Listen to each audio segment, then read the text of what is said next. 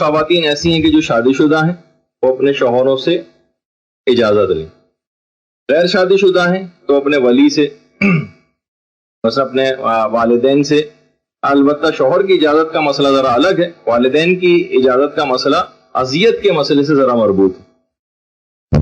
بہرحال یعنی ابھی میں اس کی تھوڑی سی تفصیل میں جاؤں گا کہ اگر شوہر اجازت نہ دے رہا ہو کسی کا، یا اس کا ولی کی اجازت لڑکی کے لیے نہ مل پا رہی ہو، یا یہ کہ اس کے والدین کو اذیت پہنچ رہی ہو، تو پھر یہ سفر حرام کا سفر بن جائے گا. کچھ علماء شادی شدہ خواتین کے سلسلے میں کہتے ہیں، ابھی میں اختلاف مراجع میں اتنا نہیں جا رہا، کچھ علماء کہتے ہیں اگر شوہر کا حق ضائع ہوتا ہو تو اس کے لیے جانا حرام ہے. کچھ علماء کہتے ہیں چاہے شوہر کا حق ضائع نہ بھی ہوتا ہو تب بھی بغیر اجازت شوہر کی بغیر اجازت کے سفر پہ جانا یہ حرام رہے گا، کیونکہ گھر سے قدم باہر نکالنا حرام ہے. تو اسی طریقے سے کچھ علماء تو یہاں تک قائل ہیں اس بات کی کہ اگر عورت کو طلاق ہو گئی اور طلاق رجعی کی حالت میں ابھی ایک طلاق ہوئی اور وہ عدہ گزار رہی ہے، تب بھی اس کو اپنے شوہر سے اجازت لینی ضروری.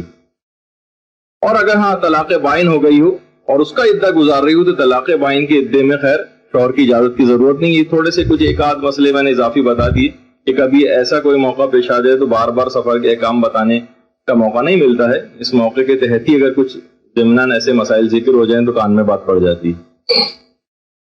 اور عدہ وفات میں تو خیر شوہر کا انتقال ہی ہو گیا، اور عدہ وفات میں اس میں اجازت کا تو مسئلہ ختم ہو گیا، لیکن اس کے بعد بھی عورت کو جو گھر سے باہر نکلنے کا مسئلہ ہے وہ ہماری فقہ میں اس طرح کا نہیں ہے جس طرح معاشرے کے اندر مشہور. عدہ وفات کے اندر اگر عورت ہو تو وہ اہم ضروری کاموں سے باہر نکل سکتی ہے اور بلا ضرورت بھی نکل سکتی ہے، البتہ کراہیت مکروہ ہی ہے، لیکن وہ حرام والا پہلو نہیں کہ عورت ایک قدم بھی گھر سے باہر نہیں نکلتی. اکثر علماء جو اس سلسلے میں خاموشی اختیار کرتے ہیں جان بوجھ کر، وہ سوچتے ہیں کہ چلو رہنے دو کچھ عرصے کے لیے اس کو، اس غلط فہمی میں مبتلا کہ عورت کے لیے 40 روز تک یا 4 مہینے 10 دن تک گھر سے باہر قدم نکالنا حرام ہے. کیونکہ اگر یہ بے پردگی کی حالت میں اگر عورت ہے تو کم سے کم کچھ دن ہی اس غلط فہمی میں گھر میں رہ جائے اور بے پردہ نہ رہے، تو وہ جان بوجھ کر اس کا خاص فقہی مسئلہ ذکر بھی نہیں کرتے. لیکن کیونکہ آپ مدرسے کی طالبات ہیں لہٰذا اس لحاظ سے تو اس کا ہم نے ذکر کیا. اچھا، اس میں ایک اور چیز بھی ہے جو کہ بڑا اہل سنت معاشرے کے ساتھ رہتے رہتے ہمارے ہاں بھی اس کا کچھ کانسیپٹ آ جاتا ہے، لیکن وہ اصل میں وہ مسئلہ نہیں. وہ ہے سفر میں عورتوں کو محرم کی کوئی شرط نہیں ہے ہماری فقہ میں. البتہ حنفی اور حنبلی دونوں فقہ کے اندر، یعنی امام ابو حنیفہ بھی اس کے قائل تھے اور امام احمد ابن حنبل بھی قائل ہیں. سعودی عرب میں کیونکہ حنبلی فقہ فالو کی جاتی ہے، پاکستان میں کیونکہ حنفی فقہ فالو کی جاتی ہے، تو دونوں ہی ذرا اس معاملے میں جب بھی سعودی عرب میں عمرے وغیرہ کے لیے لوگ جاتی ہیں خواتین تو ان کے ساتھ محرم کی شرط وہاں پہ لازمی قرار دی گئی. البتہ فقہ مالکی اور فقہ شافعی کا مسئلہ وہی ہے جو ہماری فقہ کا مسئلہ ہے، یعنی محرم کی شرط نہیں. البتہ یہ ضرور ہے کہ پرانے فقہا نے بھی جو اس کو محرم کی شرط قرار دی تھی وہ اس وقت تھی کہ جب سفر میں عزت و ناموز کو کوئی خطرہ لاحق ہو تو پھر کوئی نہ کوئی سفر میں محرم ساتھ ہونا چاہیے. البتہ اہل سنت کے ہاں بھی جو سفر ہوتے ہیں اس میں ہر سفر کے اندر ایسا نہیں ہے، بلکہ اس سفر کے اندر محرم کا ساتھ ہونا ضروری ہے جو کم سے کم 3 دن سے زائد کا سفر ہو. خیر اس کی تفصیل میں تو اتنا جانے کا ضرورت نہیں ہے. تو بہرحال یہ کہ محرم کی کوئی شرط ہمارے یہاں اس لحاظ سے نہیں ہے.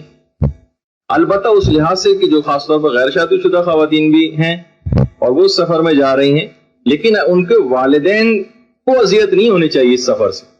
والدین کو دیکھیے زیارت کے سفر میں کوئی ویسے تو اذیت نہیں ہو رہی کہ آپ زیارت کے سفر پہ جا رہی ہیں، بلکہ اس سفر کے اندر اذیت اس معنوں سے ہو سکتی ہے کہ ہو سکتا ہے وہ آپ کی سلامتی کے لیے فکر مند ہو. سلامتی کے لیے فکر مند ہونا خود اس چیز میں فقہی طور پر شمار کیا جاتا ہے کہ ان کو اذیت ہو رہی. مثلا بیٹا جو ہے کرفیو لگا ہوا ہے اور بڑے حالات خراب ہیں اور بیٹا یہ کہے کہ میں جو ہوں نماز فجر کے لیے مسجد جاؤں گا جو گھر سے ذرا فاصلے پر. اب پتہ ہے کہ بھائی نماز فجر کے لیے مسجد جا رہا ہے، جماعت کے ساتھ نماز پڑھے گا، لیکن والدین فکر ہو رہے ہیں بچے کی سلامتی کے لیے. انہیں نماز فجر کی وجہ سے منع نہیں کر رہے مسجد جانے سے، بچے کی سلامتی ان کو فکر میں دے رہی. تو ایسے نوجوان کے لیے جو ہے وہ مسجد میں جا کر نماز پڑھنا حرام ہو جائے گا والدین کو اگر اذیت پہنچ رہی. مثلا کوئی آج کے حالات میں کوئی کہے کہ جناب میں سوات گھومنے جانا چاہتا ہوں، وہاں بڑی لشکر کشی ہو رہی ہے اور خود کش بم دھماکے ہو رہے ہیں اور والدین فکر مند ہو رہے ہیں. والدین سوات گھومنے جانے پر فکر مند نہیں ہو رہے. یا کوئی کہے کہ جناب میں اسلام آباد جانا چاہتا ہوں اور لال مسجد وغیرہ دیکھ کر آؤں گا کہ کیا ہے وہاں پہ کیا واقعہ پیش آیا. اب والدین کو اس کے گھومنے جانے پر اعتراض نہیں، بلکہ اس بات پر اعتراض ہے کہ ہمیں فکر مندی ہو رہی ہے کہ کہیں اس کو کوئی نقصان نہ پہنچ جائے. یہ بھی اذیت میں آئے گا اور اس کے لیے سفر پر جانا حرام ہو جائے گا.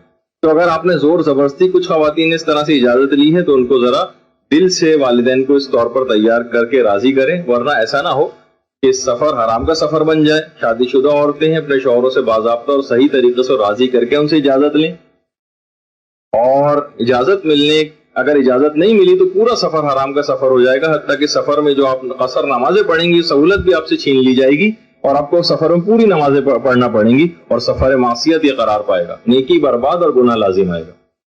تو یہ اس کے اندر ایک خاص بات ہے جو ہم نے اس میں ذکر کی, یعنی گویا ویسی مثال ہو جائے گی کھایا پیا کچھ نہیں اور گلاس توڑا آٹھا نہیں. یعنی آپ کو فائدہ ثواب اور فضیلت کوئی سفر میں حاصل نہیں ہوگی کہ اگر آپ نے ان چیزوں کو اپنے کریکٹ نہیں کیا.